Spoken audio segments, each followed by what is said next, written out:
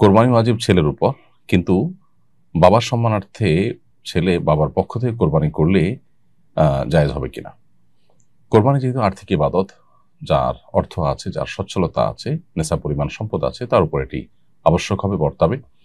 ছেলে সচ্ছল হওয়ার কারণে তার উপরে কোরবানি বর্তাবে। বাবা যদি সচ্ছল না হন তাহলে সেক্ষেত্রে বাবার উপর কোরবানি বর্তাবে না। এখানে রেসপেক্ট করা বা সম্মান দেখানোর কিছু নেই। অতএব ছেলে নিজের তরফ থেকে কোরবানি করতে হবে। নিজের কোরবানি করার পর যদি তার আর্থিক সঙ্গতি থাকে, নফল হিসাবে বাবার তরফ থেকে করেন, যেহেতু বাবার সেই আর্থিক সচ্ছলতা নেই, তাহলে নফল হিসাবে করতে চাইলে সেটি হতে পারে, কিন্তু নিজেরটা তাকে অবশ্যই আগে করতে হবে এবং নিশ্চিত করতে হবে। নিজের কোরবানি বাদ দিয়ে বাবাকে খুশি করার জন্য বা বাবার সম্মানার্থে বাবার তরফ থেকে যদি কোরবানি করেন, তাতে বাবা নফল কোরবানির সময় হয়তো পেয়ে যাবেন, কিন্তু ছেলের যে ওয়াজিব কোরবানি বা আবশ্যিক কোরবানি সেটি কিন্তু আদায় হবে না, যার ফলশ্রুতিতে ছেলে কিন্তু গুনাহগার হবেন। মৃত ব্যক্তির পক্ষ থেকে কোরবানি করা যাবে কিনা এবং সেই গোশত নিজেরা খেতে পারবে কিনা। উত্তর হলো হ্যাঁ, মৃত ব্যক্তির পক্ষ থেকে কোরবানি করা যাবে। এক্ষেত্রে যিনি অর্থ দিয়ে মৃত ব্যক্তির তরফ থেকে কোরবানি করার উদ্যোগ গ্রহণ করেছেন, এটা গোশত পরিপূর্ণভাবে তার হক হবে। তিনি নিজের গোশতের মধ্যে যেরকম 3 ভাগ করতেন মুস্তাহাব হিসাবে, সেটি করতে পারেন, তার কম বেশি করতে পারেন, এটি একান্ত তার হক। আর যিনি কোরবানি করেছেন, কোরবানিটা তার পক্ষ থেকেই হবে। মৃত ব্যক্তির তরফ থেকে করার কারণেই মৃত ব্যক্তিকে আল্লাহ তাআলা কোরবানির সওয়াব দান করবেন। আর এই বিষয়টি আলী রাদিয়াল্লাহু তাআলা আনহু থেকে বিভিন্ন সাহাবীদের থেকে প্রমাণিত রয়েছে, বর্ণিত রয়েছে।